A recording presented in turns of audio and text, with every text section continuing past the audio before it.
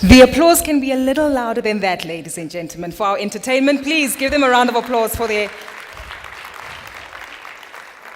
A very good morning to you all, and thank you so much for joining us this morning, ladies and gentlemen. A warm welcome to the 9th Annual API Summit for 2018.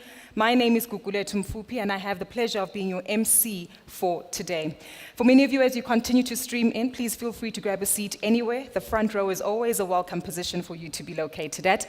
But nonetheless, ladies and gentlemen, as we look to engage in a very invigorating conversation today, I think it's quite interesting that perhaps similar to the entertainment we had this morning, that it probably reflects the emotions that we've shared over the last 4 years. Over the last 4 years, when in my opportunity to interact with many of you as property developers, financiers, and real estate enthusiasts, I think we've experienced a whirlwind of emotions. From the ongoing growth and optimism that we've seen in economic opportunities on the African continent, the rise of the lions, recall that, came the crash that we saw in the commodity prices, and of course the concern that that had for many macroeconomic fundamentals of economies based on the African continent. And now, with the ongoing theme and trend of enhanced growth in developed economies, changing political headwinds globally, trade wars, and ongoing emerging market pressure, one thing's for sure, that as funders and financiers, you've certainly had to recalibrate and refocus on your key competencies to address the key opportunities that you're identifying across the continent when it comes to property investment. Now, that's a challenge that many of you can all attest to, and we've seen some funders moving out and the emergence of new financiers coming into the market, and this does speak to this re-energized and reinvigoration of opportunities across the African continent when it comes to the property space. So these are just some of the themes that we certainly look to build up on at this year's API Summit, taking a very realistic view, but however, still optimistic about the opportunities that are present when it comes to property development on the continent. Ladies and gentlemen, we look forward to engaging with you today in what promises to be a very packed program. As you can tell, we've got a variety of conversations that will certainly take place reflecting on the current state of the continent, macroeconomic conditions, and of course, changing consumer needs and trends. The enhanced requirement for transparency and data, and of course consumers seeing the rise of residential development being the sweet spot of property development on the African continent. Now, to give you some insight into the 9th API Summit and Expo for 2018 rather, what we've certainly seen is that we've managed to grow from strength to strength year after year. Not only do we have a significant number of international delegates, just around 44% of our speakers and participants this year are from outside of South Africa, but we've got just shy of 600 delegates present today, at least 93 industry speakers, 31 exhibitors, and representatives from more than 29 countries.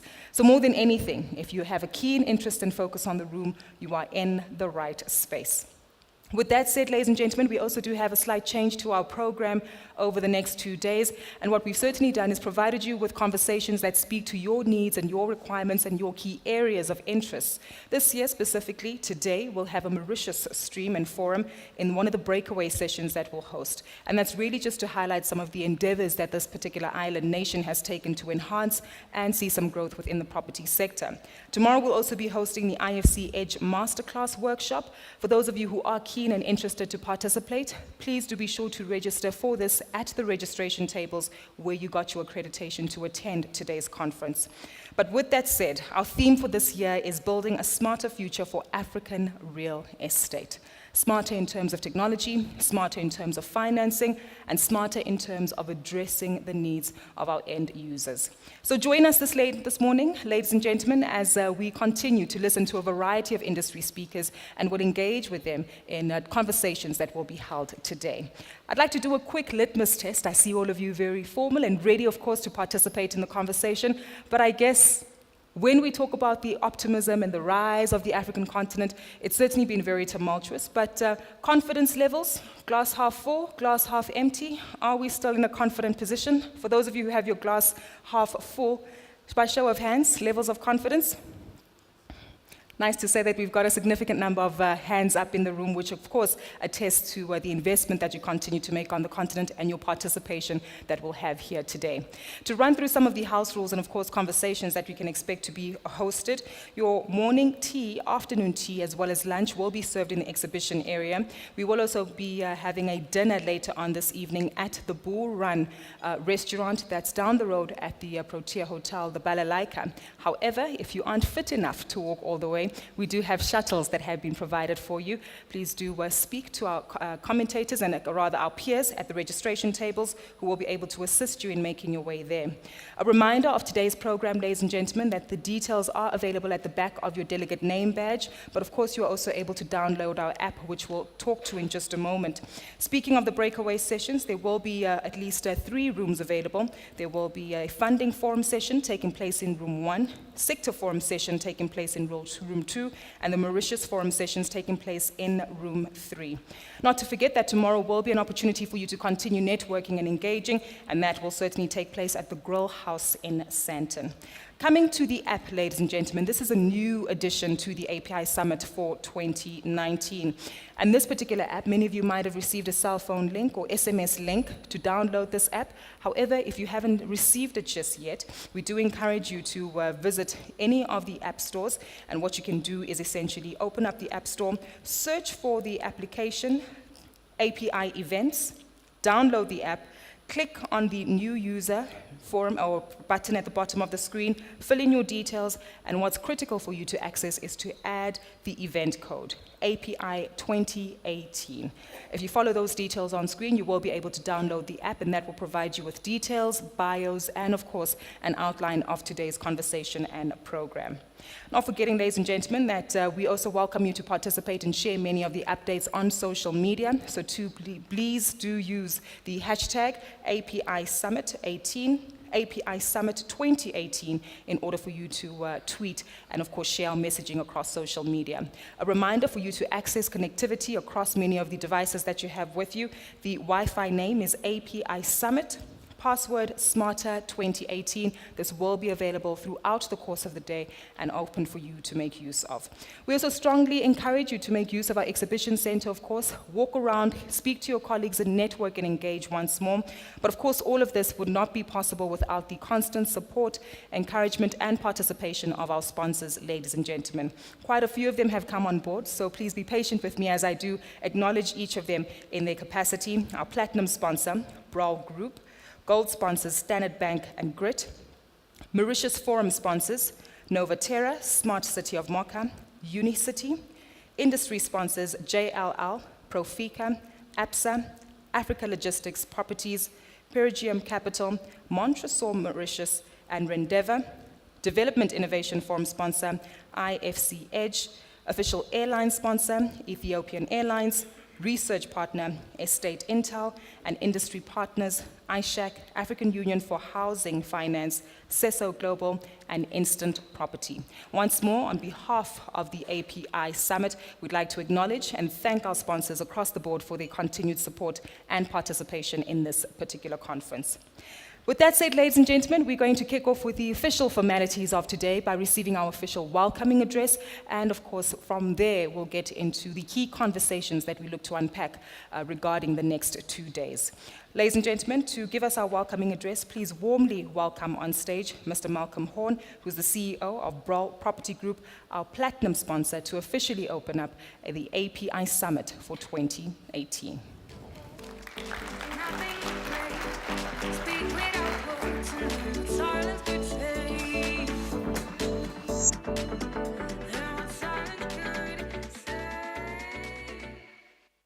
Good morning, ladies and gentlemen, and on behalf of Broll Property Group, I'd like to welcome you to this 9th annual API conference, and I wish you a beneficial 2 days of networking, debate, and of course, reflection. With each new day in Africa, a gazelle wakes up knowing that today is the day that he needs to outrun the fastest lion or perish. At the same time, a lion stirs and stretches, knowing that he must outrun that gazelle in order not to starve. So whether you consider yourself a lion or a gazelle, and one thing is for sure certain, we need to equip ourselves to run fast and to be effective in order to make a meaningful contribution in this dynamic, ever-changing environment in which we operate. This conference is one of the few events that allow us to share our knowledge and our experience in order to equip ourselves with enough energy and, dare I say, inspiration to take up the challenge to further develop the property sector for both occupiers and investors. I think of late we've all experienced the challenges of the economic climate in many of the African countries, and yes, there have been a few notable exceptions to these markets, but no market has escaped its complexities, its challenges, and of course, dare I say, its opportunities. I do believe that we've started to see a turn in the cycle, and we are seeing positive changes across many of the landscapes in the continent, but we are approaching them with cautious optimism. These positive change indicators can be seen in numerous places, and there are more qualified people to speak about them than myself. But at Broll, we've highlighted 3 change indicators that is leading us to believe that tomorrow will be better than today. In Africa, it appears that we are poised for an economic phase of recovery. The political landscape is also changing, and I mean, who would have thought 2 years ago we would have stood here and we would come and say we've got new presidents in Zimbabwe, in South Africa, in Angola, and how many countries have gone through peaceful elections and transitions, some easier than others, but we've sort of managed to get through most of this and set a new stage for a new African period of revival. We've also seen the African countries moving towards one another, and often people think that I'm far too optimistic, but we've seen that Africa's realized that they need to trade with one another, and the formalization of trade agreements across the continent, I do believe if we can pull that off correctly, will lead to opportunity for us in the property sector. And yet when I decided what to say to you this morning, I decided I can't focus on those areas because I'm just a layman with an individual opinion, and I'm sure there are more qualified people to speak to you about that. I also decided I can't focus on the Broll house view, that we believe that investment sales are going to take place in a more aggressive pace in the future, and definitely in 2018, 19, and 20 than we've seen in 2016 and 17. We do believe that the pricing of assets will remain a key obstacle in the deployment of capital, in spite of long-term investor appetite to take more risk. Investors will still focus on the sustainability of the income streams, and the yields will be priced relative to other asset classes. We are seeing the resurgence or the coming to the fore of the industrial sector, the retail sector, the residential sector, and of course the hospitality sector, which are fast becoming assets of choice for investors.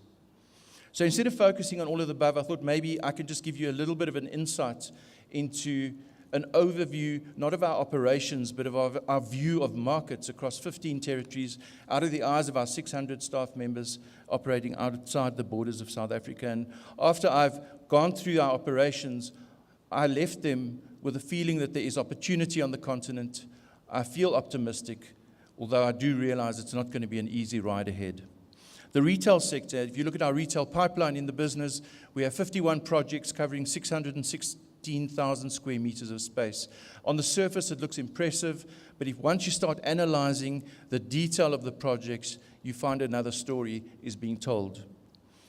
95,000 square meters or 6 projects have actually gone into beneficial occupation or are currently trading. We've got another 4 projects of 49,000 square meters or 8% of our pipeline that are now under construction. But the real story lies in the fact that 147,000 square meters or 12 projects have been placed on hold. So those are projects that are ready to come to the market. They can activate, but the owners, the investors, the developers have made a decision to actually put them on hold. We have found that our pipeline is growing in terms of activation, where we've got another 300,000 square meters of space and projects that are either in the investigating phase or they've moved into conceptual design phase. So we have a project pipeline of around about 300,000 square meters that we believed in the retail space could be deployed to the market. The real question is when will it come to market? And we believe that the market cycle of the retail industry, if you take a forward look, we're going to see more retail developments only coming to market of any substantial scale and size in 36 months' time from now. What we are finding on the ground in the retail sector, and often we find a lot of people are saying they're 85% let or 90% let on projects.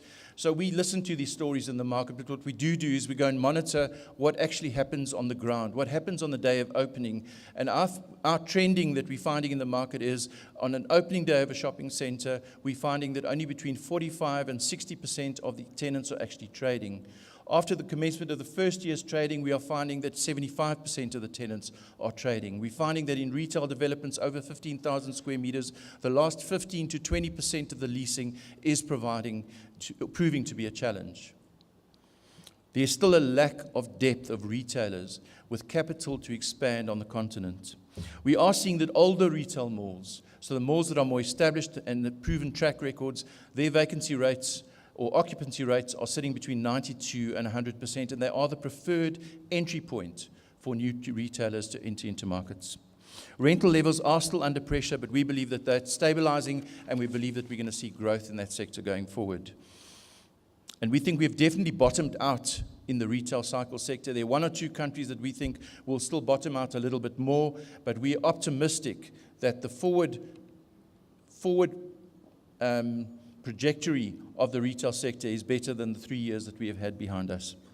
We are seeing new retailers entering markets. We're seeing positioning strategies of Carrefour, of Shoprite re-entering into East Africa. We are seeing LC Waikiki coming in. We've seen a Portuguese retailer, Seaside, coming in. So we are seeing Decathlon coming in. So there is activity on the retailer side. One has to view that with cautious optimism, though, and we need to make sure that we have platforms that can actually expand these retailers into the market.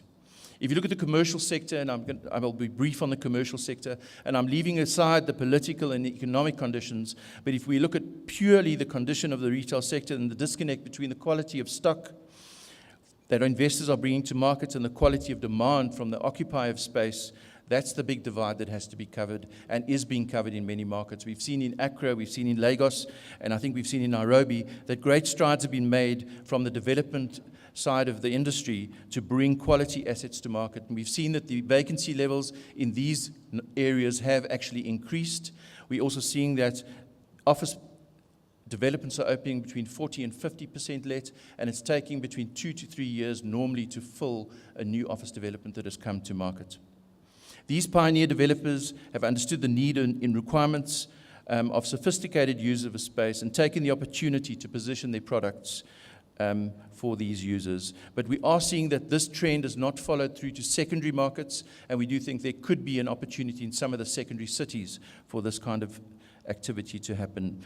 Asking rentals and achieving rentals, we're seeing under enormous pressure. We don't think the rental levels have bottomed out, and we think there's still $1 or $2 to drop in some of the markets, but generally we think there should be rental growth hopefully in the next 24 months in this sector.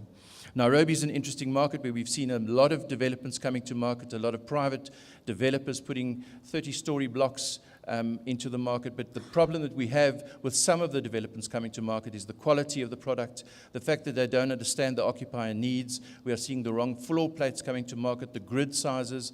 We're not seeing parking ratios coming to market. So although you're seeing new buildings coming to market, we still believe there are pockets of opportunity lying in the marketplace for the right quality product to be brought to market.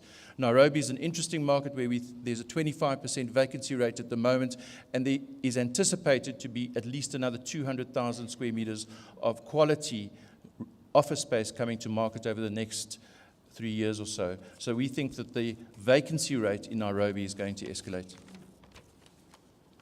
If you look at occupier services, and I think the lifeblood of any investor is the occupancy and the tenancy within properties. Occupiers today are becoming more and more sophisticated, not only to look after their own staff needs and the staff requirements and get the best out of their business, but they are forced due to the economic climate, not only in South Africa, but I think across the globe, to look at their total cost of occupation and to have a look at unlocking value in their balance sheets.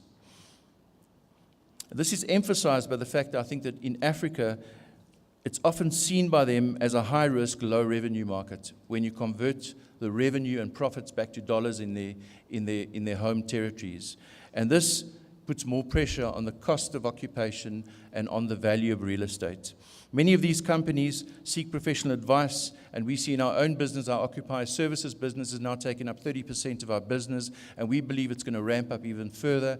And the fields and areas that we are experiencing growth in are financial services, tech firms, FMCG, logistics, pharmaceutical firms, and of late, parastatal firms in various countries across the continent. These occupiers are all savvy, and I think astute developers will understand their requirements. They're looking for improved space utilization, for flexible workspace leasing solutions, for portfolio optimization and balance sheet optimization, and of course to focus on the total cost of occupation. Skilled commercial and industrial developers are positioning themselves across the continent to be the recipients of the lease agreements or the beneficiaries of the tenancies of these occupants. I need to conclude. Again, on behalf of World Property Group, welcome to the 9th API conference, and I think I probably speak for myself and as well for the other sponsors of this event. If I take you back to my introduction, and Gugu was referring to lions in her introduction, so it doesn't matter whether you're a lion or whether you're a gazelle, the need to equip and to be equipped for the effort and for the challenges and of course for the opportunities that lie on this continent remain untapped and I think unchallenged. But you need to equip yourself to be able to take advantage of these opportunities. And I think a conference like this is one of the forums and one of the ways which we are equipping ourselves. And I trust that you'll leave this conference with more insight, with more knowledge and with more passion to pursue your positioning strategy in this dynamic sector that we love so dearly called real estate. I hope you enjoy the conference, and thank you very much.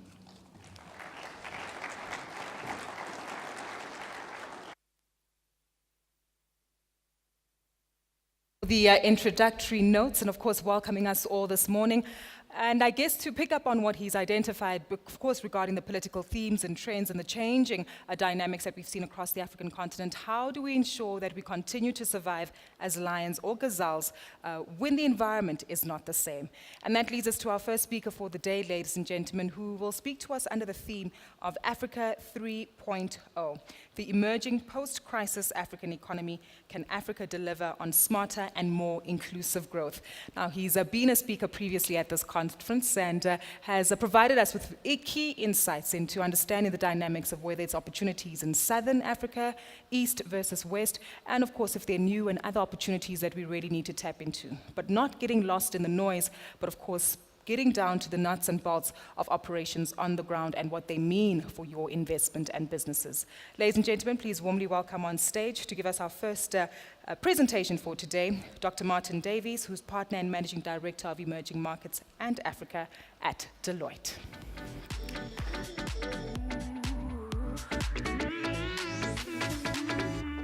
Open my heart, shelter you put out my borders. Gugu, thank you very much, and good morning, everyone. Thanks for the kind invitation. I didn't set the title. I'm not confused. Africa 3.0? Unsure. I thought we were stuck in 1.0, but no matter. I've been asked to give some thoughts the next 20 minutes or so around this very disparate, heterogeneous, incredibly complex place called Africa. And I always try and avoid the platitudes and the generic comments as if somehow doing business in Africa is the same whether you're in east, west, north, or south. And Ben, you know this better than most people. So firstly, sort of my comment up front, there's no such real place as this sort of singular African economy. And I think those of you who operate, as I say, up north, I don't say in Africa, but implies we're somewhere else, but operate up north will know that clearly it's a mixed bag. Something that was said now I want to pick up on, and those of us from South Africa, many of you in the room perhaps from Nigeria, hands up, anybody? Okay, a couple. Ghana, okay, Mozambique, and Zambia, soon to hit you. Structure reform. And for countries, for regions, for economies to progress, and how can we touch upon it? First and foremost, we need to formalize. In majority of economies to the north, we have a vacuum of governance. And because of that, you have the first mover advantage where companies, no matter what sector, and you could be in MTN and telcos, you could be a Stena Bank, in sort of retail banking, you could be a Imperial in logistics potentially, but you could be a ShopRite in retail. But the first mover is always able to consolidate and formalize and reap rewards. And that takes bravery. But ultimately, for that business model to be sustainable, and many of the examples I cited just now have reference, is you have to exist in a functional state. The state needs to be functional. And we often hear this phrase, structural reform. We hear it in South Africa currently. Structural reform effectively means an effective state. A state then can deliver and implement, design and implement pragmatic policy. So I put a couple of slides together and a couple of pictures, if I may, and I'll try and keep this tight. And I'll give you some recent economic examples, historical examples, and raise questions about the key countries where many of you raised your hands are from, and pose a rhetorical question. Is structural reform happening, and where will it take us as business? And I hope this provides I by no means know anything about property, but I hope this provides a deeper, at very least thoughtful view on the economic trajectory of many economies in our continent. It's a bit of a personal journey, if you don't mind. Excuse me for a second. This was November 1989. I was there in what was rapidly becoming Berlin as opposed to East and West. I arrived late November with my brother on a train. We were going around Europe. I was very young. I must have been about 2. I'm joking. But it was a crazy time. And this is exactly what was happening. The war was literally being battered down. And people had had enough of what we often refer to as socialism or communism, but more accurately, state control and state intervention in their lives. They'd had enough. This political shock in Germany resulted in very rapid sweeping reforms, structural reforms, i.e. privatization, which rapidly became emerging Europe that became the European Union. 28 member countries, soon to be 27 and a half. But the point being political shock, structural reform. I lived in China for a while in the early 90s, and I remember walking across the Huangpu River. Across there's the sort of, that's the Bund side, that dome, triangular pyramid thing is the old Peace Hotel. And across, there was a theme park across the side, across the Huangpu River on the Pudong side, that's the east side, and where the greenery is. And there was nothing there, literally, going back 20, 30 years. I remember walking across there, and then every time I go to Shanghai, it staggers me, because those of you who go to Shanghai, you know how it looks today. What we've seen in China over the last 25 years or so is deep structural reform, i.e., the power of private capital and entrepreneurship, and the state getting its foot off the throat of the private sector. Structural reform. I studied in Korea for 2 years, in South Korea. I was living there through the Asian financial crisis, the most accelerated learning period of my life, November 1997.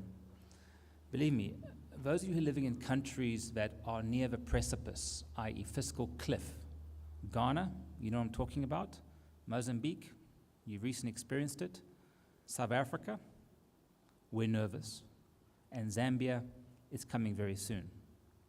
This fiscal cliff is, everything seems fine until you fall, and then the IMF comes in to rescue you. IMF in Korea, they used to call it, I'm fired. And it's kind of true. But the point is about what we saw in Korea, Indonesia, Malaysia, and other countries, the structural reform put in place in the late 90s, post-financial crisis, underpinned the significant development we're seeing in Asia today. I was in Singapore last week. Those of you who go to Asia often, even now, the perennially failed economies of Indonesia and Philippines are firing, and ASEAN, Southeast Asia, has a 7% growth rate forecast for the next 10 years, largely resource poor, Indonesia aside, and Malaysia to an extent. So, point being here, we had political shock, Europe, structural reform. China, basically the contradictions of state ownership in the economy result in that structural reform. In Korea, financial shock, structural reform. We come to Africa. This is post-July 2014. Why July 2014? Oil price, dramatic slide south. A story I often tell, maybe some of you heard me say it before, sorry, this needs fixing, is as follows. I was at the World Economic Forum in May, first week of May 2014 in Abuja, staying at the very overpriced Hilton Hotel. Yeah, highly inflationary. And we had the usual 1,000 odd self-declared smartest people in the room having very weffy conversations around the future of Nigeria and Africa. Nigeria had just rebased its GDP, the CBN, Central Bank Nigeria, in April to the tune of $510 billion US, displacing us as South Africans into number 2. I wasn't happy about that. The oil price was around 120, 125 bucks a barrel. Nigeria was growing at 7% plus nominal GDP per annum. The lingo was that Nigeria didn't have 180 odd or 190 million citizens or people, it had 180, 190 million consumers. Certain consulting firms, less ethical ones, were forecasting that by 2020, which is like tomorrow, Nigeria would have the first $1 trillion economy in Africa due to compound sort of annual growth rates. Multinationals, including from South Africa, strategy into Nigeria was driven by FOMO, fear of missing out. And no matter what Dangote wants, we'll write a check, no problem, we'll get in. Remember those days? And no one at the WEF asked what should have been a very simple, obvious question, was what if oil becomes half price? Because literally about 5-6 weeks, by mid-July 2014, after the WEF, everyone gone home, super enthusiastic, cutting deals, writing checks, the oil price started its dramatic slide south. And the bottom literally fell out of the West African economies, from Angola to Nigeria, amongst others. These are petrostates. There's only one show in town, oil. Macroeconomic forecasting in petrostates is an exercise in futility. Why? Because it's entirely driven by the oil price, and predicting oil price is a mug's game. Simple as that. So, question mark to all of us now. Eastern Europe, political shock, structure reform, no doubt. China, structure reform, early 90s, no doubt. Obvious results. Asia, late 90s, financial shock, structure reform, no doubt. Africa, West, commodity shock, structure reform, question mark. And South Africa, question to you, have we had a crisis? And are we structurally reforming? So my view is that for true structural reform to take place, and this is the challenge we have in this cocktail of real, perceived, highly emotional issues in South Africa, is that the certain interpretations of structural reform, the significant levels of socially, politically, economically, and morally unacceptable inequality in this country, the political noise we have, all of this combined, this lethal cocktail, is resulting in bad policy, what I don't call structural reform. So, where's this taking us? Coming back to what I said earlier about Africa, and just to sort of reinforce a point as mentioned earlier, this is our continent. And I'll come back to that point I'm raised now in a few minutes to conclude. This is Africa Light for those people who live in Sandton. We can fly, we used to fly SA Airlink, maybe no more, now we drive it safer, but they speak English, it's okay, we get this place, it's close, we're in and out in a day, no problem. Huh? You know who you are. I always joke, is there a laser on this thing? Yeah. How do you know the Germans set up shop in Namibia or Southwest Africa? Because they used a ruler for the border. Straight line. The Germans use a ruler. The Portuguese were like all over the show. The Brits were like, we want that resource, just make a loop, but the Germans used a ruler. The second piece of Africa is this Lusophone. Now, I hate to say it, but culture drives commerce. Because culture, linguistic, common history, interpretation of the past provides trust. And trust drives economics. Hence, the Brazilians, at least they used to be before they got caught out, the likes of Bendes and all these other firms, again, state enterprises, baked in corruption, financing infrastructure like Angola and Mozambique. A very topical issue, we can talk about it if you want, I haven't got it here, is Chinese financing in Africa. We had the FOCAC, the Forum in China Africa Cooperation Summit in Beijing a few weeks ago. I was the first one in October 2000, and seeing how it's progressed over the course of the last 18 years, if anything, Chinese policy is incredibly consistent. It's quite easy to have a consistent foreign policy in a non-politically changing, i.e. democratic political economy. But suffice to say in Angola and Venezuela, we all know there's this big red button, it says self-destruct, which Maduro in Venezuela has been pressing, and Chavez for quite a while. And Venezuela is almost unprecedented. It makes Zimbabwe look like a good economic management model. But the point being is, who's been financing the lunacy in these countries to the tune of $30 billion, roughly, in Angola? Who's been financing the fantasy economics in Venezuela in recent years? Chinese taxpayers. Very interesting. Through Chinese state-owned banks. Be careful what you wish for at a state level when you seek to mimic Chinese financing and Chinese foreign commercial policy. I often joke with my Chinese friends. My numbers may be out slightly, but not by much. I say to them, how many provinces are there in China? And they always add Taiwan as well, so that's a moot point. But they say like 27. I said, no, 28. They said, no, it's 27. I said, 28. You forgot Angola. So, East Africa, the most integrated of the regions. East African community, high levels of interregional trade, again, underpinned by a predominantly ethnic Indian Muslim business class, one of whom is my wife. That's East Africa. You have Francophone Africa, a little bit more confusing because they speak French. And the DRC is not a country. DRC ain't a country, because a country is a sovereign entity where the state is able to provide, however basic, public goods and services to its citizenry. That's a country. The DRC ain't a country. It's a big hole. It's a vacuum of governance, as I said earlier.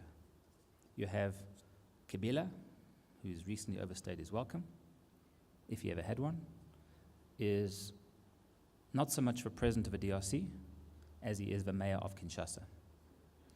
You have Katanga in the south, you have the eastern part, like the Wild West almost, but it's largely the state is unable to exercise sovereignty within its own territory and borders. You have Nigeria, Ghana, Sierra Leone, Liberia. Nigeria, we'll be talking about a lot, I'm sure. And Ghana, I always joke, and Ghanaians will smile at this, Ghanaians' comparative economic advantage to attract capital is that A, it speaks English, and B, it's not Nigeria. But it's kind of true. But I'm afraid what's happening in Zambia now, what amazes me, guys, and totally off script here, not like there ever was one, but what you see in Zambia right now, what frustrates me no end is that politicians and states do not learn from history, however recent. They do the same stuff constantly over and over again with the same train wrecks at the end of the day. What happened in Ghana in recent years, and my Ghanaian sort of colleagues, friends, you know all about it, in terms of how the state overspent and effectively bankrupted the fiscus, and IMF interventions and debt, etc., and suppression of growth. I see exactly the same thing in Zambia now. It's not rocket science. Why do politicians take it to the brink and beyond? Poor fiscal management. I don't know. East Africa, Ethiopia, super enthusiastic towards that place, and Somalia, often referred to as the holiday inn for terrorists. We have Northern Africa, Maghreb, and moving on, that's a whole other story, and we don't often talk about as Africa. Point being here is Africa is an incredibly fragmented place, and I think it's a bit late. To talk about Africa as a coherent sort of block or region to do business in, it's just too fragmented for this. So very much of a jigsaw map. Now I'll fly through some of this in the interest of time. Growth outlooks, again, I don't pay too much attention to this because, again, I discount forecasting in petrostates. I do not. We've bottomed out, another story. So I've got lots of data. I'm from Deloitte. We've got slides. But you can have this stuff if you want, but we can fly through it. Point being here, the only highlight here is Africa's trade profile has tilted dramatically towards the east, i.e. Asia. China's been incredibly disruptive and enabling in every sense. And the center of gravity of growth clearly is Asian in terms of future. And Gugu, you alluded to my East Africa sort of thing earlier. The rise of the Indian Ocean Rim, the center of gravity have shifted eastwards, and commerce increasingly is taking place between Africa and Asia. And there's this integration of East Africa, which has had nothing economically in commerce or in common with West Africa. East Africa effectively is becoming near Asia, very much so, in terms of networks, connectivity, FDI flow, trade flow, networks of people, individuals, and the like. Even supported by likes of, Addis Ababa Airport, Ethiopian Airlines, Emirates, Dubai, and the like. So we're seeing this in terms of infrastructure. East Africa I'm far more positive toward, and I'm very positive towards Chinese financing. I'm less positive towards returns for Chinese taxpayers, but that's their story. But as a macroeconomic enabler into the region, the infrastructure, especially on the rail side, holds much promise. Chinese taxpayers get a raw deal, but that's not my problem. And this is the East Africa play I referred to. And again, time is very tight here. I want to keep you guys. But we see the East Africa region, rough stats. We have South Asia. And we have this, what I call the Africa-Asia arc economy. It frustrates me no end. Now, I've done all the data on this just to support a very simple thesis. FDI flow, portfolio flow, trade flow, imports, exports, connectivity, people flow even, i.e. labor or whatever, through the hubs of Nairobi, Addis, Doha to an extent, Dubai certainly, and Mumbai. And it frustrates me enormously when I speak to AU, government bureaucrats in Addis, or even some of our own who talk about African integration. What's happening here because of the market, which is ultimately the most powerful force, far more powerful than political rhetoric, is that this East Africa region is being pulled out of the continent of Africa in real commercial terms. I've never met a Senegalese working in Mozambique. I've never met a Kenyan investing in Angola. I've never met a Ghanaian working in Uganda. There's minimal east-west flows in our continent of goods, of capital, of labor, i.e. people. Connectivity is a major problem. Bless you. So what we're seeing is this region's being pulled out of the continent, and this Africa, Arabia, Asia integration is taking place through these networks. So what frustrates me with our bureaucrats, often they talk about African integration. I show them this slide and say, yeah, Africa's integrating, but with somewhere else. And this is a real, and we in South Africa, self-criticism, have been so consumed by our own real or perceived internal issues and arguments, we've lost sight entirely of the strategic picture of our continent that's taking place. The Chinese get it. What's our foreign policy? If we have one, please tell me. What is SA Inc.'s strategy vis-a-vis our own economic neighborhood that is Africa? Don't know. And there was a bit of a crude, funny tweet last week I read on Twitter. Someone said, the EU's got an Africa strategy, China's got an Africa strategy, Erdogan, Turkey's got an Africa strategy. Everyone's got an Africa strategy except Africa. That's a bit harsh, but no matter. And data supporting it, I'll fly through this. So this is my final thing, and this is where I think the future of our continent lies. As alluded to, I spent my formative years in Asia, and I was in Japan again last week and spent a lot of time in that part of the world. And this is my observations around what's going on. So clearly, inequality is the burning issue of our time. I did a recent exercise like 2-3 months ago, comparing the poorest country in the world to the wealthiest on a per capita basis. And it's staggering how this is playing out. Now, what also frustrates me is where many of our governments and people actually believe this because they've been indoctrinated by the economic dogma, is that I'm told that Africa is wealthy because it has resources. I don't get it, because all the successful economies in the last half century have been resource poor. Think Asia. Think from Japan down to Singapore. There ain't any resources. Even China's very resource poor, besides lots of dirty coal and some gold and a few other things. But what you look at here is 18 of the poorest countries in the world are in our continent. Resources are irrelevant to development, irrelevant, unless you are Norway, with a very small population, high oil and gas reserves, and extremely well-managed management of the flows from those resources. This is a deeper story perhaps to talk about another time, but your resources are as far away or as close as your nearest port. Simple as that. This is why Japan and Korea and China have significant steel industries, but no iron ore.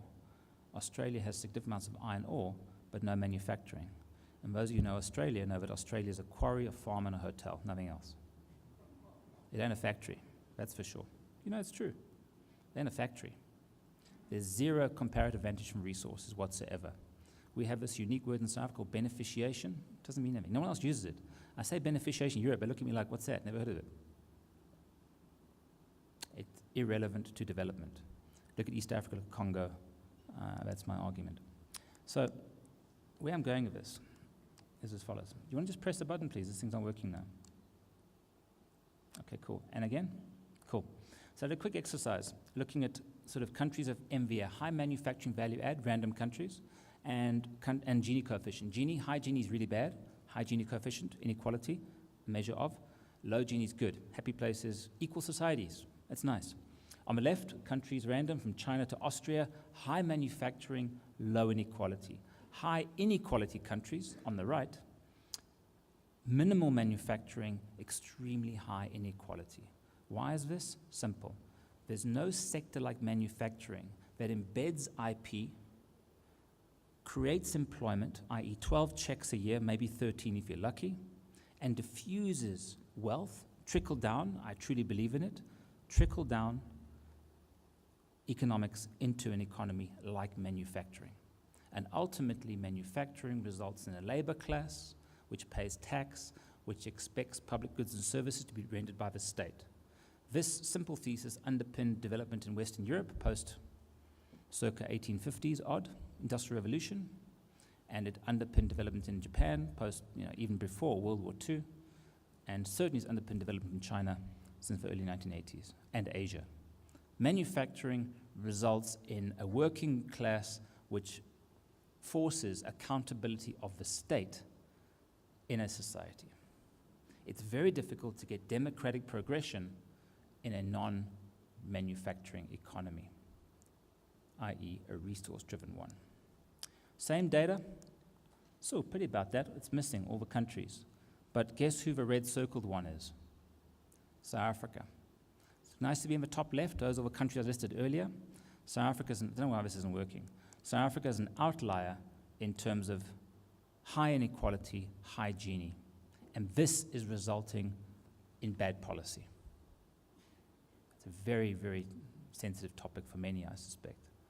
But this is what I'm seeing in South Africa. The state feels it needs to do more and more and more.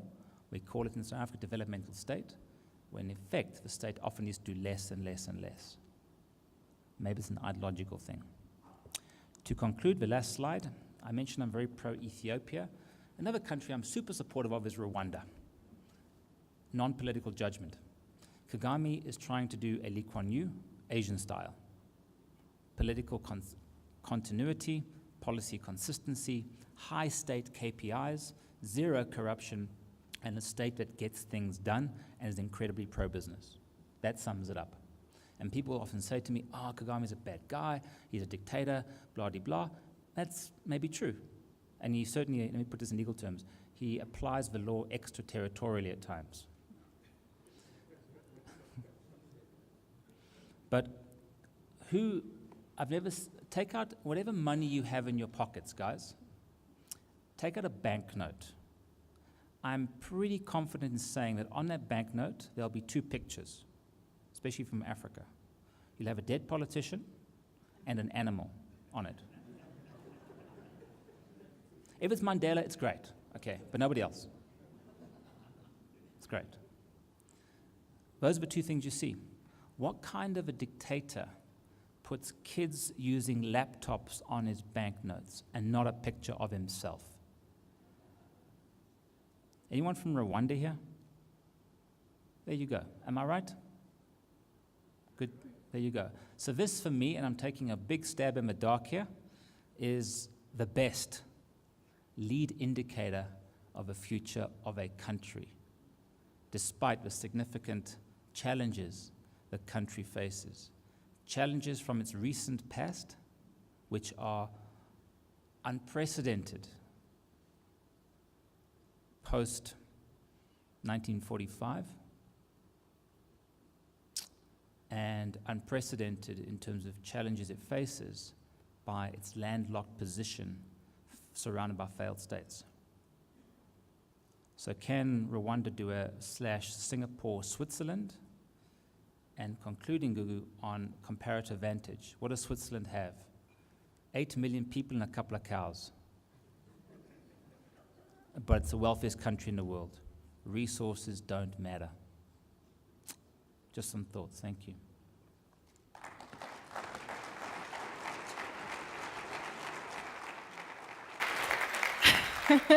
Thank you so much, Martin. As always a pleasure engaging with you. And I think many of you as audience participants also enjoyed Martin's presentation, no doubt, always providing us with invigorating thoughts and conversations to really consider. But Martin will be available, and his presentation will also be available for those of you who would like it. Of course, there will be an email sent to you with a link in order to download that presentation. But following that, I think it certainly gives us quite a bit to think about, right? If resources don't matter, children with laptops certainly be in the future, and unconventional political ways and leadership are perhaps seeing progress in various economies, where should we be situated then? That's the question.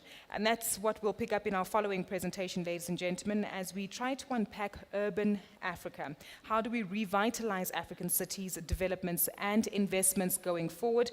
Please warmly welcome on stage our next speaker, who will address this particular theme, reflecting on past successes and failures, and of course, giving us guidelines on new opportunities to explore. Ladies and gentlemen, please warmly welcome on stage Governing Council member for UN Habitat from Mauritius, Mr. Gayton Seal.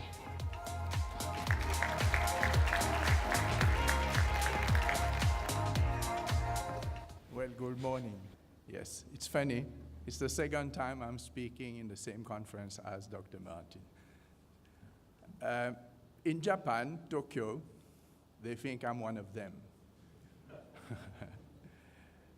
In Asia, they call me banana, yellow outside and white inside. But banana is African, as far as I know. I'm an architect. I'm from Mauritius. I'm an architect traveler who has a passion for the cities, who have a passion for Africa. And I'm very impressed and honored to be here. I think I have la crème de la crème of Africa. I'm not a witch doctor or a fortune teller that will tell you what will happen, but I will share with you a few observations on this topic.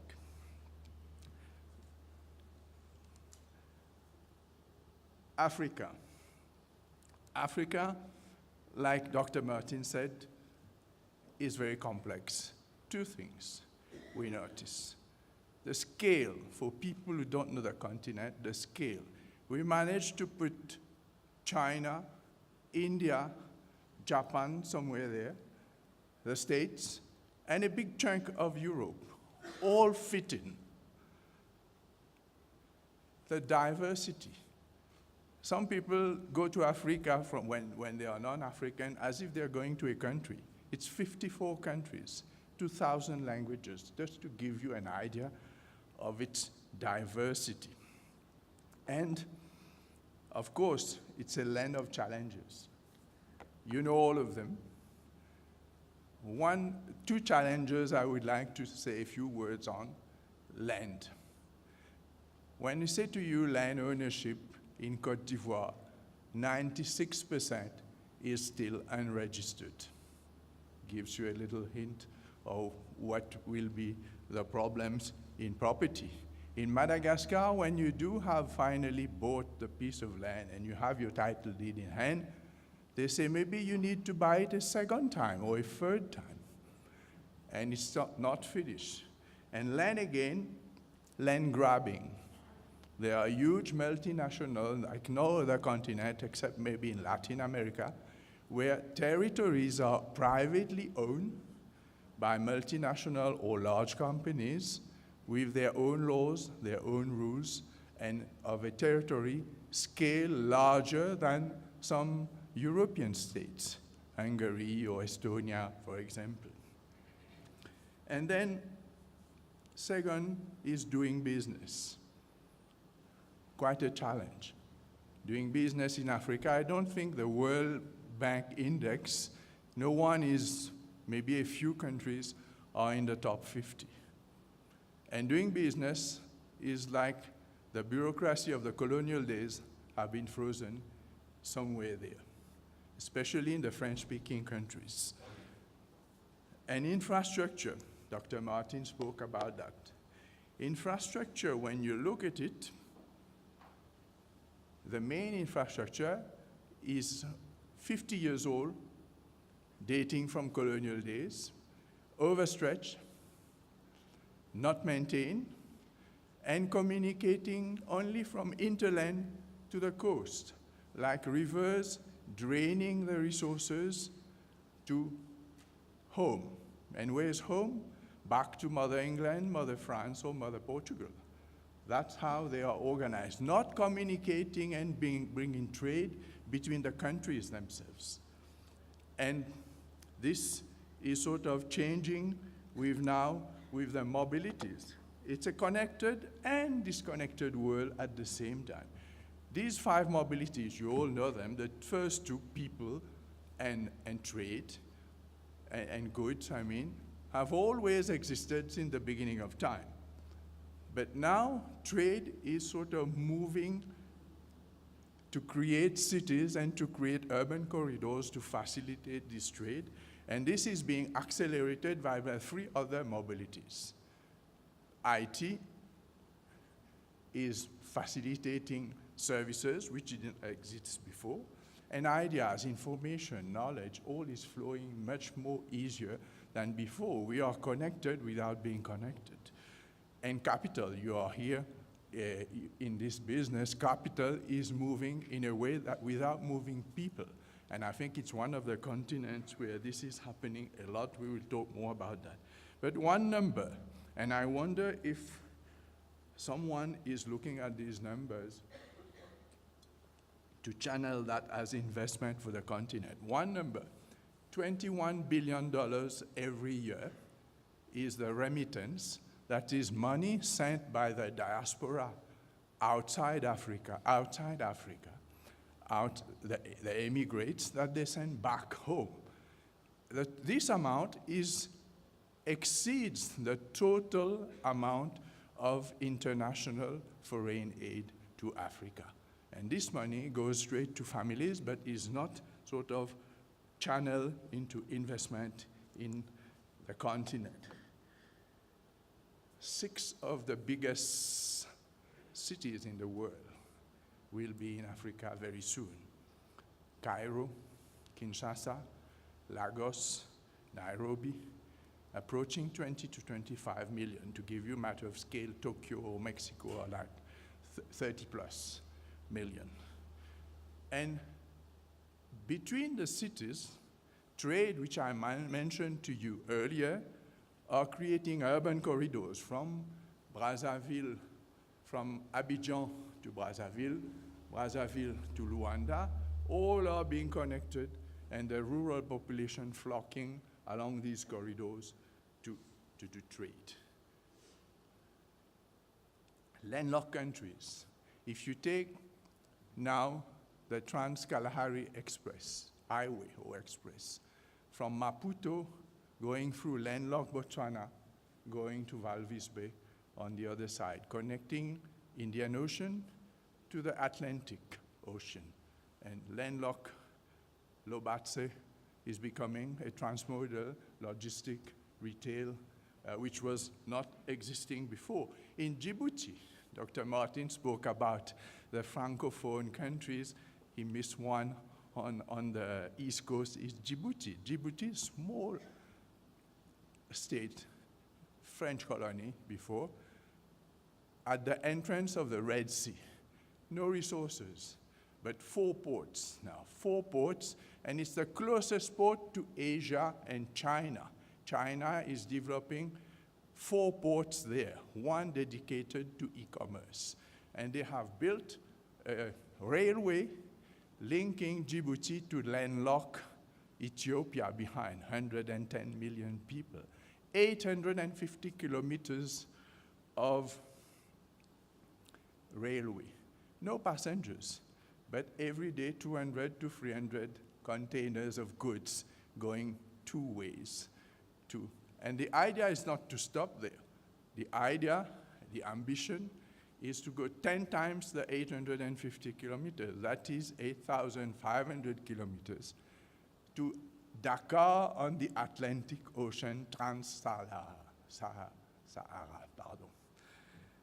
And when all this will finally be connected, what do we see? These are global numbers, not African numbers. The red numbers are all measured in millions or billions. they connect us. Whereas the big one, they divide us. 500,000 kilometers are the length of borders, including the straight lines which Dr. Martin mentioned, in the world. Maybe Mr. Trump should look more at connections rather than building walls to separate. And infrastructure connects people and boosts business. But all is not dark in Africa. There are some assets. And I think one of the assets is its people. Very soon, 1 billion people in the continent. That's the biggest youth population in the world. Youth is energy. Youth is innovation. And the brain, and when you go to the big capitals of Africa today, it's reconforting to see that the young, educated African of the diaspora are coming back home to invest in new businesses and developing new entrepreneurship, which lacked before in Dakar, in Abidjan, in Accra, in Nairobi, in a number of cities. You can see that. And the people, you know, last month or 2 months ago, was it? The whole continent was proud of the French soccer team. They were the world champions. Why? I don't have to explain why. Africa won the world soccer. And again, similarity with what Dr. Martin said. Is it maybe a blessing in disguise? China is hungry for raw materials, and most of it, including commodities, are exported without transformation, without value added to the continent. I take 2 examples. Switzerland is the world champion of chocolate, and yet they don't produce cocoa. It comes from Ghana or Côte d'Ivoire. Italy is the world, you say espresso, you don't say it in a different language, it's an espresso. And they don't produce coffee. And coffee comes from Ethiopia, of course, of Colombia also, but it's again a commodity which is part of the continent. And no nation, no civilization have gone from the primary economy to the tertiary without at some point in time stopping in the transformation period. This has always been the case. When you look at an African city from the top, this is the sort of thing you see. A sort of a joyful chaos, an organic city. But is it really a problem? Maybe not. Today, all these cities have IT which did not exist 10, 15 years ago. With IT, you sort of being possible, it's possible to connect the people of all these cities in a virtual structure to deliver basic services to all of them, education, health, and other basic services. And without building a physical infrastructure as we used to. Rwanda is the first country to have the first drone airport in the world. And Uganda is providing health services, e-health services from distance without connecting patients. And the digital technology is allowing a way of restructuring cities without demolishing, without changing its geometrical configuration as we would have thought. If this was Venice, it would have been World Heritage, just like it is now. Another asset we need to look at is culture, creative and cultural industries. You name it, music, fashion, food, cinema. We are not talking enough about it. The world is $2.2 trillion every year, world market, 29 million jobs. And Africa is not doing too bad. But however, it's an informal market. It's now with IT, it will connect to the market and maybe to the global market. Nigeria with Nollywood is doing well, $800 million last year. And of course, all the cities, many cities of Africa, Marrakesh, Ouagadougou, Dakar with its biennale are all celebrating. Food, Pierre Thiam of Senegal is a celebrated chef. 2 Michelin star restaurants in New York. And in the creative industry generates a number of opportunities around it.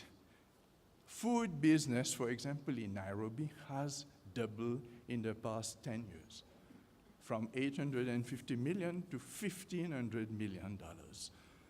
And hotel spend, I think the first gentleman from Roll mentioned that, hotel growth moves in the capital city, you name it, all the big chains want hotel in these capital cities, to unbelievable rates of 200% growth in some cases.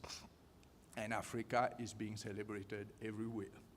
Culture, diversity, lifestyle, I don't need to re-insist on this, that these are the ingredients that cities use to attract talent and to attract investment.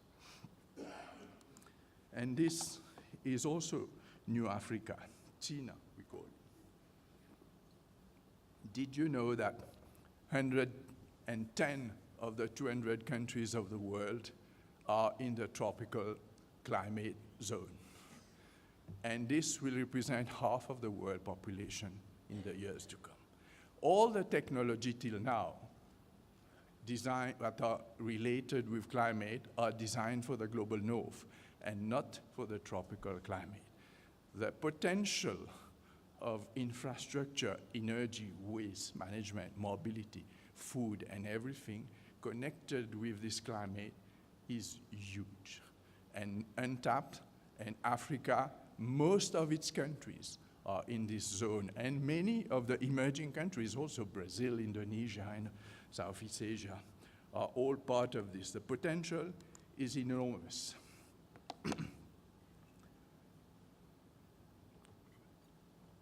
Jugad is an Indian word, meaning survival plus innovation.